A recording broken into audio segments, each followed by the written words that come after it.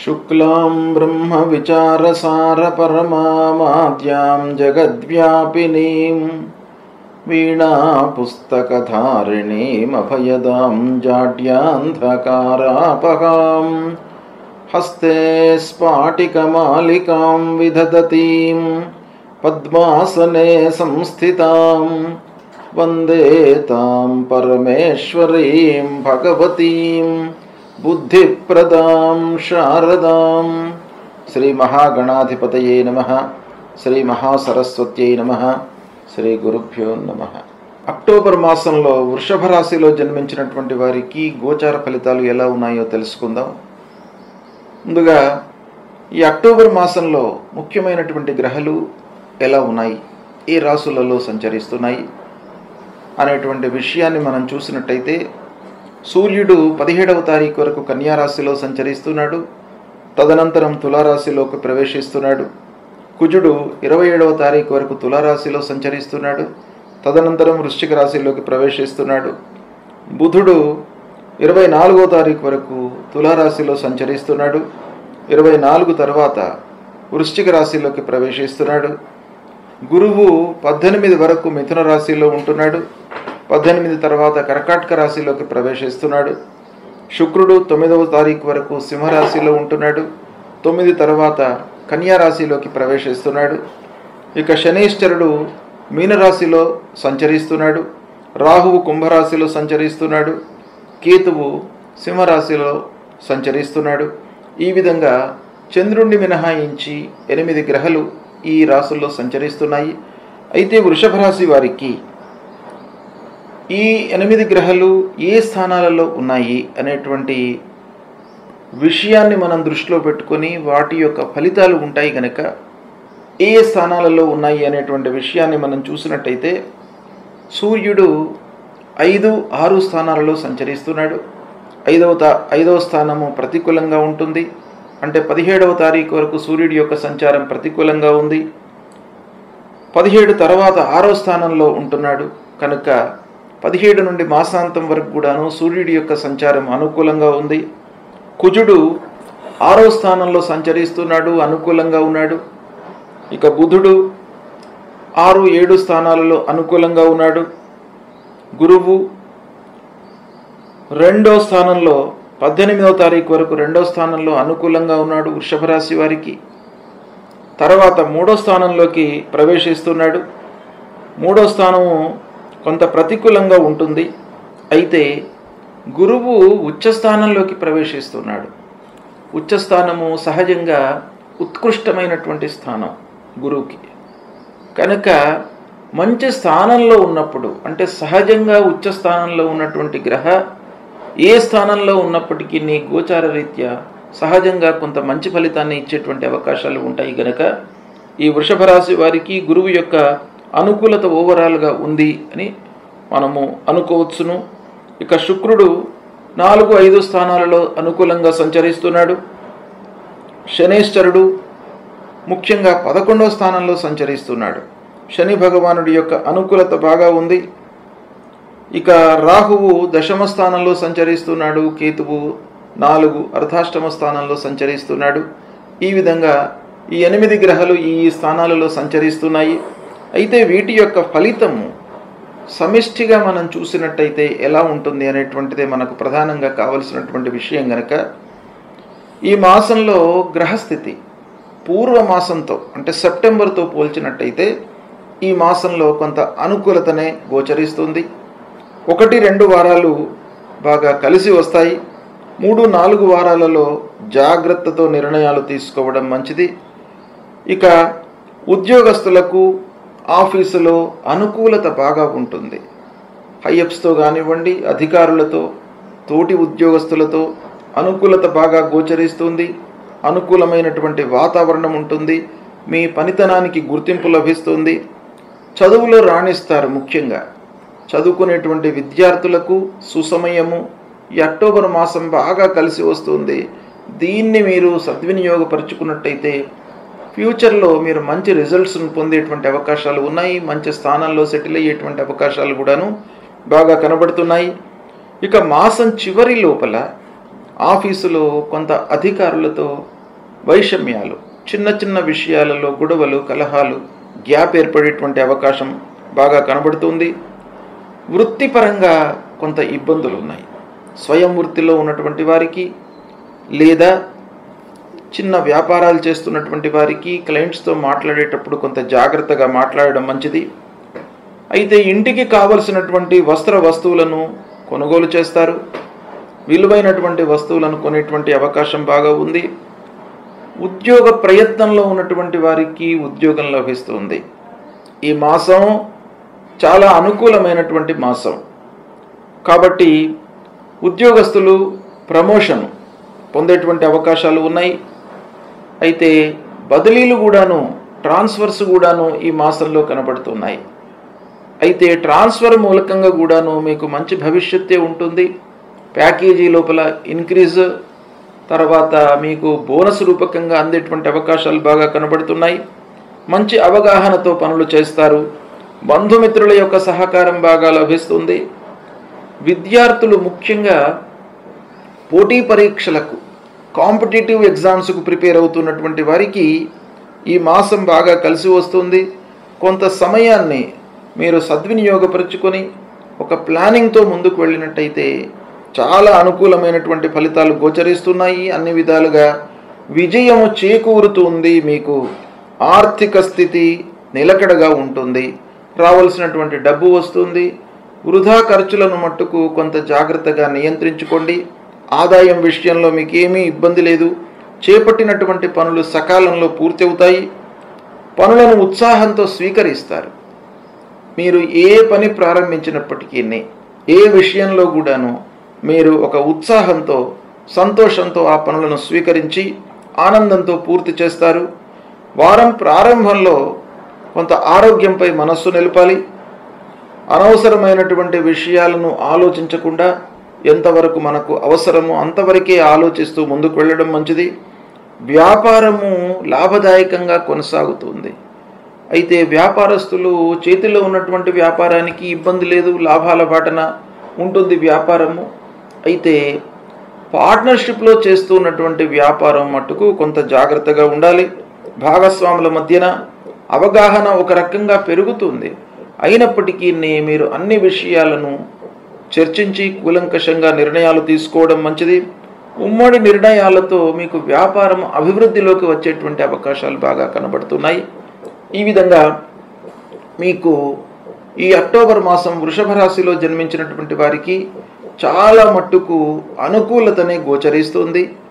అందున సెప్టెంబర్ మాసంలో వచ్చినటువంటి సంపూర్ణ చంద్రగ్రహణం కూడాను వృషభ రాశి జాతకులకు అనుకూలమైనటువంటి ఫలితాలను ఇవ్వబోతుంది. కాబట్టి గ్రహణం సంభవించిన 3 మాసాల వరకు కూడాను ఈ వృషభ రాశి వారికి అనుకూలతనే ఉంది. గురువు 2వ స్థానంలో ఉన్నాడు. విద్యార్థులకు బాగా ఉంది. ఆదాయ పరిస్థితి పెరుగుతుంది. సంతృప్తిగా ఉంటారు. తదనంతరం ఉచ్చ స్థానంలోకి వస్తూ ఉన్నాడు బృహస్పతి. అది కూడాను ఒక రకంగా అనుకూలమైనటువంటి స్థితి కనుక ఓవరాల్గా వృషభ రాశి వారికి అక్టోబర్ మాసం బాగా కలిసి వస్తుంది. ఈ సమయాన్ని సద్వినియోగపరచుకోండి. శుభ ఫలితాలను పొందుతారు. సూర్యుడు, అంగారకుడు, గురువు, శని, రాహువు, కేతువు ముఖ్యమైనటువంటి గ్రహాలు గనక ఈ గ్రహాలు ప్రతికూలంగా సంచరిస్తున్నప్పుడు ప్రతికూల ఫలితాలు మనకు ఉంటాయి. వాటి నుండి విముక్తులు కావడానికి, అంటే ఈ ప్రతికూల ఫలితాలను అనుకూలంగా మార్చుకోవడానికి మనం ఏం చేయాలి అనే విషయాన్ని మనం చూసినట్టయితే పరిహారాలు చేసుకోవాలి. పరిహారాల్లో 2 రకాలుగా మనము చూస్తూ ఉంటాం. ఒకటి, మీరు చేసుకోవలసింది ఒకటి, అంటే ఆయా గ్రహాలకు సంబంధించినటువంటి కారకత్వాలను దృష్టిలో పెట్టుకొని వాటికి మనము ఏం చేయాలి. ఆర్థికపరమైనటువంటి సమస్యలు ఉన్నాయి అనుకోండి, వాటిని ఖర్చులు మనం తగ్గించుకోవడము. వ్యాపార విషయంలో ఇబ్బందులు ఉన్నట్టయితే ఒప్పందాలు చేసుకునేటప్పుడు జాగ్రత్త పడటము. వాహనముల మూలకంగా రిపేర్లు వచ్చే అవకాశాలు ఉన్నాయి అని మనకు తోచినట్టయితే దానికి సరిపడా మనం రెక్టిఫికేషన్స్ చేసుకోవడం, ఇవన్నీ కూడా మనం చేసుకోవాల్సినటువంటి జాగ్రత్తలు, తీసుకోవాల్సినటువంటి విషయాలు. అయితే ఇవన్నీ కూడాను మన చేతిలో ఉంటాయి. కొన్ని విషయాలు మన చేతిలో ఉండవు. కనుక భగవంతుణ్ణి వేడుకోవడము, భగవంతుడిని స్తోత్రం చేయడము, భగవంతుడి యొక్క అనుగ్రహం కొరకై మనము పాటుపడము, ఇవే పరిహారాలు. కాబట్టి సూర్యుడి విషయంలో మీకు సూర్యుడు ప్రతికూలంగా ఉన్నప్పుడు అనారోగ్య సమస్యలు తలెత్తే అవకాశాలు ఉంటాయి. కాబట్టి సూర్యనారాయణుడికి మీరు ప్రతినిత్యం కూడాను నమస్కారం చేసుకోండి, అర్ఘ్యప్రదానం ఇవ్వండి, ఆదిత్య హృదయం పారాయణం చేసుకోండి, మీకు అనుగ్రహిస్తాడు. అంగారకుడి విషయంలో సుబ్రహ్మణ్య స్వామి దేవాలయానికి వెళ్ళండి, కలహాలు రాకుండా చూస్తాడు. సాహసించి పనులు చేసినప్పుడు మనకు కొన్ని ఇబ్బందులు ఎదురవుతాయి, కానీ సాహసము చేయకుండా మనం పనుల లోపల సక్సెస్ రేట్ అనేది ఉండదు. కాబట్టి ఆ రెండిటిని కూడాను సమతుల్యంగా ఉంచడానికి అంగారకుడి యొక్క అనుగ్రహం కావాలి. సుబ్రహ్మణ్య స్వామిని వేడుకోండి, సుబ్రహ్మణ్య స్వామి దేవాలయానికి వెళ్ళండి. ఇక బుధుడు వ్యాపారానికి, బుద్ధికి, వీటన్నిటికి కూడాను మనకు కారకుడు. పనులు జరగడానికి విష్ణు సహస్రనామ పారాయణం చేసుకోండి. విష్ణువు మీ స్థితికి అనుకూలతను కలిగిస్తాడు. కాబట్టి ప్రతినిత్యం కూడాను విష్ణు సహస్రనామ పారాయణం చేయండి, లేదా నారాయణ మంత్రాన్ని, మూల మంత్రాన్ని పఠించండి. ఇక గురువు అతి ముఖ్యమైనటువంటి గ్రహము, చాలా విషయాలలో మనకు ప్రభావాన్ని చూపించేటువంటి గ్రహము. అలాంటి గ్రహము ప్రతికూలంగా ఉన్నప్పుడు గురు విషయమై మూలమంత్రాన్ని జపించండి, దత్తాత్రేయ స్వామి దేవాలయానికి వెళ్ళండి. అన్నిటికంటే కూడాను ముఖ్యమైనటువంటిది తల్లిదండ్రులను సేవించండి. తల్లిదండ్రుల యొక్క సేవ మీకు శ్రీరామ రక్ష. కాబట్టి తల్లిదండ్రులను మీరు సేవించినట్టయితే, వాళ్ళ యొక్క అనుగ్రహము మీకు ఉన్నట్టయితే, ఆ గురు భగవానుడి యొక్క అనుగ్రహం కూడాను ఉంటుంది. తర్వాత గురువులను సేవించండి. ధార్మికమైనటువంటి ప్రవచనాలు చెప్తూ లోకంలో ఒక మంచిని, సన్మార్గాన్ని నిలపడానికి ప్రయత్నాలు చేస్తున్నటువంటి వారిని సేవించండి, దర్శించుకోండి. తర్వాత ముఖ్యంగా గురువు విషయం లోపల మీరు మూలమంత్రం అన్నిటికంటే చాలా ముఖ్యమైనది కాబట్టి అది చేయండి. ఇక శనేశ్వరుడి విషయంలో ఏల్నాడు శని ఉన్నప్పుడు, అర్ధాష్టమ స్థానంలో ఉన్నప్పుడు, అష్టమ స్థానంలో ఉన్నప్పుడు, సప్తమ స్థానంలో ఉన్నప్పుడు మనకు ప్రతికూలమైనటువంటి ఫలితాలు శని మూలకంగా కలుగుతాయి. గనక శని ప్రీత్యర్థమై శనికి సంబంధించినటువంటి మూలమంత్రాన్ని ప్రతినిత్యము చదువుకోండి. ఆంజనేయ స్వామి దేవాలయానికి వెళ్ళండి, 3 ప్రదక్షిణాలు చేసుకోండి, హనుమాన్ చాలీసా చదవండి. శనేశ్వరుడికి సంబంధించినటువంటి స్తోత్రాన్ని పారాయణం చేసుకోండి, నవగ్రహ స్తోత్ర పారాయణాన్ని చేయండి. ఈ విధంగా చేసినట్టయితే శని ప్రభావము తగ్గుతుంది. ఇక రాహు కేతువుల ప్రీత్యర్థమై అమ్మవారి దేవాలయానికి వెళ్ళండి, అమ్మవారిని సేవించండి.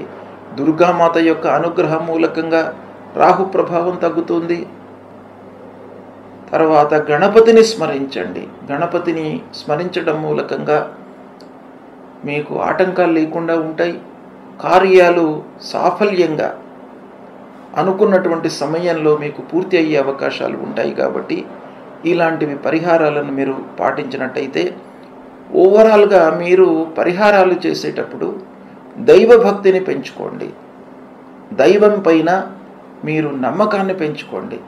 ఆ భగవంతుడి పైన నమ్మకాన్ని పెంచుకొని భగవంతుని దర్శించుకున్నట్టయితే, గురువులను ప్రేమించినట్టయితే, తల్లిదండ్రులకు సపర్యలు చేసినట్టయితే మీకు అన్నీ కూడాను అనుకూలిస్తాయి. కాబట్టి వీటిని మీరు పాటించండి. ఆ గ్రహాల యొక్క అనుగ్రహం మీకు లభిస్తుంది. అక్టోబర్ మాసంలో 1వ తారీఖు బుధవారం నవమి, మహర్నవమి, మహానవమి. ఇది చాలా ముఖ్యమైనటువంటి పండుగ. ఈ మహానవమి రోజున సువాసిని పూజ చేస్తాం, తర్వాత ఆయుధాలను పూజిస్తాం. ఆయుధాలు మనకు చాలా ముఖ్యమైనటువంటివి. అమ్మవారికి సంబంధించినటువంటి ఆయుధాలను మనము నిత్యం కూడాను వాడుకునేటువంటి వస్తువులను, వాహనములను, వాహన పూజ ముఖ్యంగా మనము ఈ మహర్నవమి రోజున చేస్తాం.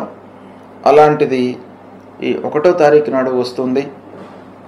ఇక 2 అక్టోబర్ గురువారం విజయదశమి, దసరా పండుగను మనము జరుపుకుంటున్నాం.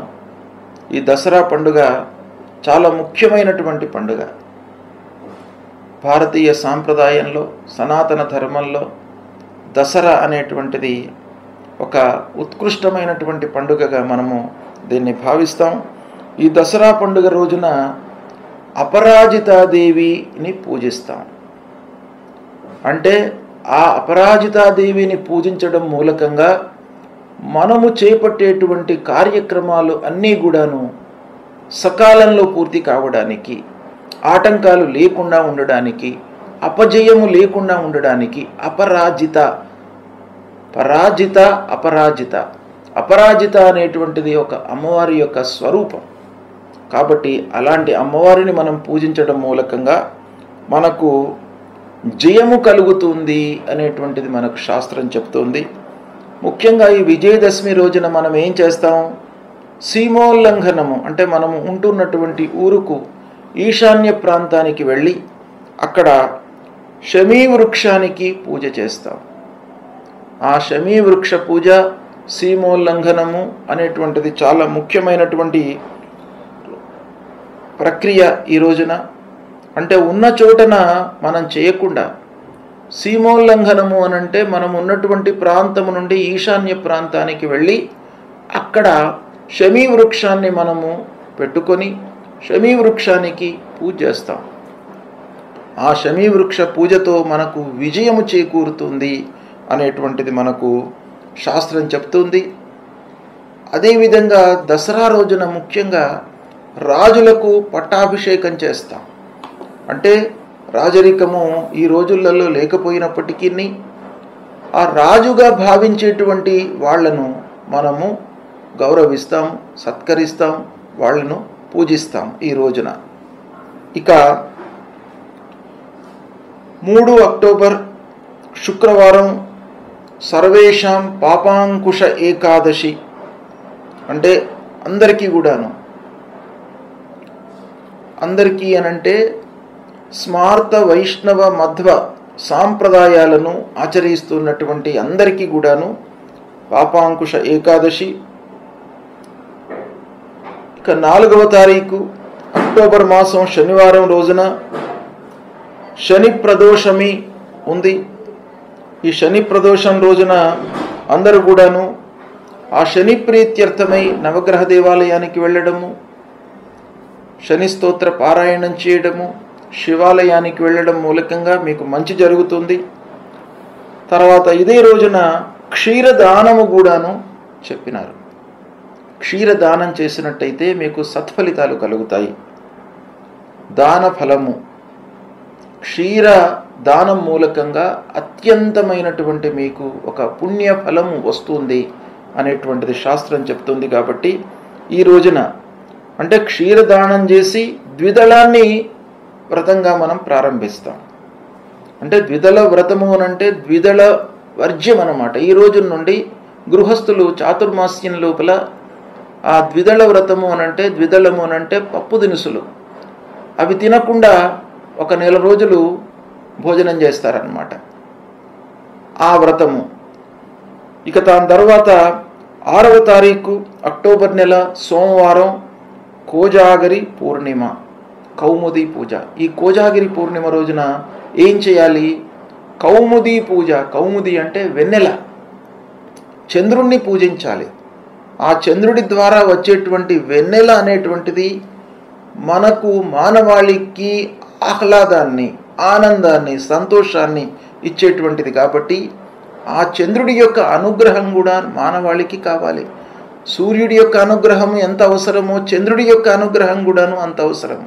మానసికంగా మనము ఒక ఉన్నతమైనటువంటి స్థితిలో ఉండడానికి ఈ కోజాగిరి పూర్ణిమ ఆ రోజు వచ్చేటువంటి ఆ చంద్రుడికి సంబంధించినటువంటి వెన్నెలను మనము పూజించడము చాలా మనకు శ్రేయస్కరమైనటువంటి విషయం అని శాస్త్రం చెప్తుంది. ఇదే రోజున ఆకాశంలో దీపాలు వెలిగిస్తారు, అంటే దీపోత్సవం చేస్తారు. జ్వాలా తోరణము అంటే తోరణాలు కడుతూ ఉంటారు ఇంటి చుట్టూ దేవాలయాలలో. కాబట్టి ఇవన్నీ కూడాను కోజాగరి పూర్ణిమ సంబంధించినటువంటిది. 7వ తారీఖు మంగళవారం వాల్మీకి జయంతి. వాల్మీకి మహర్షి మనకు వాంగ్మయాన్ని అందించినటువంటి ఒక మహర్షి. కాబట్టి ఆయనను దృష్టిలో పెట్టుకొని వాల్మీకి పూజ చేయడము, గురువులను సత్కరించడము ఈ పౌర్ణిమ రోజున చేయాలి. ఈ పౌర్ణిమతో కార్తీక స్నానాలు కూడాను ప్రారంభమవుతాయి. కాబట్టి కార్తీక స్నానాలు కూడాను ఈ పౌర్ణిమ 7వ తారీఖు నుండి అందరూ చేస్తుంటారు, అది ఆచరించాలి. ఇక 10వ తారీఖు నాడు సంకష్టహర చతుర్థి. 10 అక్టోబర్ శుక్రవారం రోజున సంకష్టహర చతుర్థి. అన్ని సంకటాలను కష్టాలను హరించేటువంటి చతుర్థి. ఈ చతుర్థి తిథికి అధిష్టాన దేవత గణపతి. కాబట్టి ఈ సంకష్టహర చతుర్థి వ్రతాన్ని ఆచరించడం మూలకంగా ఆ గణపతి యొక్క వినాయకుడి యొక్క అనుగ్రహం మనకు లభిస్తుంది. సంకటాలు లేకుండా ఉంటాయి, ప్రారంభించినటువంటి పనుల లోపల ఆటంకాలు లేకుండా ఉంటాయి. అయితే ఈరోజు సంకష్టహర చతుర్థి రోజున ఉదయం నుండి మీకు వీలైన సమయం లోపల గణపతి దేవాలయానికి వెళ్ళి గణపతిని మీరు అభిషేకం చేయండి, పూజించండి. సాయంత్రం వరకు అంటే చంద్రోదయము రాత్రి ఈ రోజున 8:36 ఉంది కనుక 8:36 వరకు ఉపవాసం ఉండి పాలు పళ్ళు తిని సాయంత్రం మీరు పారణ చేయాలి. అంటే మళ్ళీ సాయంకాలము 6:36 తర్వాత ఆ గణపతిని స్మరించి పూజించి అప్పుడు భోజనం చేయవచ్చును. ఇది ఈ సంకష్టహార చతుర్థి వ్రత విధానము. ఇది చేసినట్టయితే మీకు ఆటంకాలు లేకుండా ఉంటాయి. తప్పకుండా మీరు ఈ సంకష్టహార చతుర్థి వ్రతాన్ని ఆచరించండి. ఇక దాని తర్వాత మళ్ళీ 17వ తారీఖు శుక్రవారం సర్వేషాం రమా ఏకాదశి. ఈ ఏకాదశి పాటించడం మూలకంగా మీకు ఆ లక్ష్మీ అమ్మవారి యొక్క అనుగ్రహం కలుగుతుంది. ఇక 18వ తారీఖు అక్టోబర్ శనివారం ధనత్రయోదశి మధ్యాహ్నం 12:20కి ప్రారంభమవుతుంది. తెల్లవారితే 19 అక్టోబర్ ఆదివారం రోజున మధ్యాహ్నం 1:52 వరకు ఉంటుంది. ఈ ధనత్రయోదశి రోజున ముఖ్యంగా ధన్వంతరి జయంతి అని అంటారు. ధన్వంతరి ఇది మనకు ఆయుర్వేదం ప్రకారంగా ఒక వైద్యుడు, దేవతలకు వైద్యుడు అన్నమాట. కాబట్టి ఈ ధన్వంతరి జయంతి రోజున ధన్వంతరి పూజ చేయడం మూలకంగా మనకు వ్యాధులు దూరం అవుతాయి, వ్యాధులు రాకుండా ఉంటాయి, అరిష్టం లేకుండా ఉంటుంది అనేటువంటిది ఒక పక్కన ఉంది. అంతేకాకుండా ధనత్రయోదశి రోజున ఏదైనా విలువైనటువంటి వస్తువులను కొనడం మూలకంగా మనకు లక్ష్మీ అమ్మవారి యొక్క కటాక్షం కలుగుతుంది అని శాస్త్రం చెప్తుంది. దీన్ని ధన్తేరస్ అని కూడా అంటారు. ఈ రోజున మనకు సహజంగా ప్రపంచంలో, మన దేశంలో, మన ప్రాంతంలో అందరి కూడాను ముఖ్యమైనటువంటి విలువైనటువంటి వస్తువు బంగారము, వెండి, నగలు ఇలాంటివి కొనడం మూలకంగా లక్ష్మీ అమ్మవారిని మన ఇంటికి ఆహ్వానించినట్టుగా ఉంటుంది. కనుక తప్పకుండా వీలైతే మీకు అనుకూలమైతే ఈ రోజున ఏవైనా విలువైనటువంటి వస్తువులను కొనుక్కోండి. ఇక 20 అక్టోబర్ సోమవారం నరక చతుర్దశి, నరకాసురుణ్ణి వధించినటువంటి దినం. ఆ దినాన్ని మనము ఒక పండుగగా, వేడుకగా మనం సంభ్రమంతో జరుపుకుంటాము. మొట్టమొదలు ఈ నరక చతుర్దశి రోజున సూర్యోదయాత్ పూర్వము తైలాభ్యంగ స్నానం చేయాలి. అంటే నూనె పెట్టుకొని స్నానం చేయాలి. ఉదయం పూట 5:45 తైలాభ్యంగ స్నానం చేసి దాని తర్వాత మళ్ళీ దీపావళి అమావాస్య కూడాను ఇదే రోజున గనక సాయంకాలము మహాలక్ష్మి పూజ చేసుకోవాలి. ఈ మహాలక్ష్మికి సంబంధించినటువంటి పూజా సమయం కూడాను మీకు తెలియజేస్తాను. సాయంత్రం 5:51 నుండి 8:55 వరకు ఒక మంచి సమయము మహాలక్ష్మి పూజ చేసుకోవడానికి. తర్వాత రాత్రి 9:57 నుండి 10:59 వరకు కూడాను ఒక సమయం ఉంది. ఈ సమయంలో అమ్మవారిని పూజించినట్టయితే ఆ మహాలక్ష్మి యొక్క కటాక్షంతో మీకు మంచి జరుగుతుంది, అనుకున్న పనులు నెరవేరుతాయి. ఇక తెల్లవారితే 21 అక్టోబర్ మంగళవారం కేదార గౌరీ వ్రతం, దర్శ అమావాస్య అవుతుంది. ఇక 22 అక్టోబర్ బలిపాడ్యమి, బలి ప్రతిపద. ఇది గుజరాతీ వాళ్లకు ఉగాది అన్నమాట. ఈరోజు వాళ్లకు కొత్త సంవత్సరం ప్రారంభమవుతుంది. బలి ప్రతిపద రోజున అభ్యంగ స్నానం చేస్తాము. ఇక 23వ తారీఖు అక్టోబర్ మాసం గురువారం రోజున యమద్వితీయ కూడాను మన సాంప్రదాయం ప్రకారంగా చాలా ముఖ్యమైనటువంటి పండుగ. ఈ రోజున మనం ఏం చేయాలి? యమద్వితీయ రోజున అనంటే భగినీ హస్తభోజనం అనేటువంటిది ముఖ్యంగా ఉంది. దీన్ని బాబీస్ అంటారు మహారాష్ట్ర వాసులు. భగినీ హస్తభోజనం అనంటే తోడబుట్టిన వాళ్ళు, అక్కలు కానివ్వండి, చెల్లెళ్ళు కానివ్వండి, అక్కలు చెల్లెళ్ళతో మనం సమానంగా చూస్తున్నటువంటి వాళ్ళ ఇళ్లలోకి వెళ్ళి వాళ్లతో వంట చేయించుకొని మనము వాళ్ళ ద్వారా వాళ్ళు వడ్డించిన తర్వాత మనం తినడం మూలకంగా మనకు ఒక ఆప్యాయత, ప్రేమ, అనురాగాలు పెరుగుతాయి అనేటువంటిది ఈ రోజున శాస్త్రంలో చెప్పబడి ఉంది. కాబట్టి ఈ భగినీ హస్త భోజనము ఆచరించండి యమద్వితీయ రోజున. ఇక తర్వాత 25 అక్టోబర్ నాగుల చవితి, 26 అక్టోబర్ నాగుల పంచమి, మళ్ళీ 30వ తారీఖు అక్షయ నవమి. ఇవి ముఖ్యమైనటువంటి పండుగలు ఈ మాసంలో ఉన్నాయి.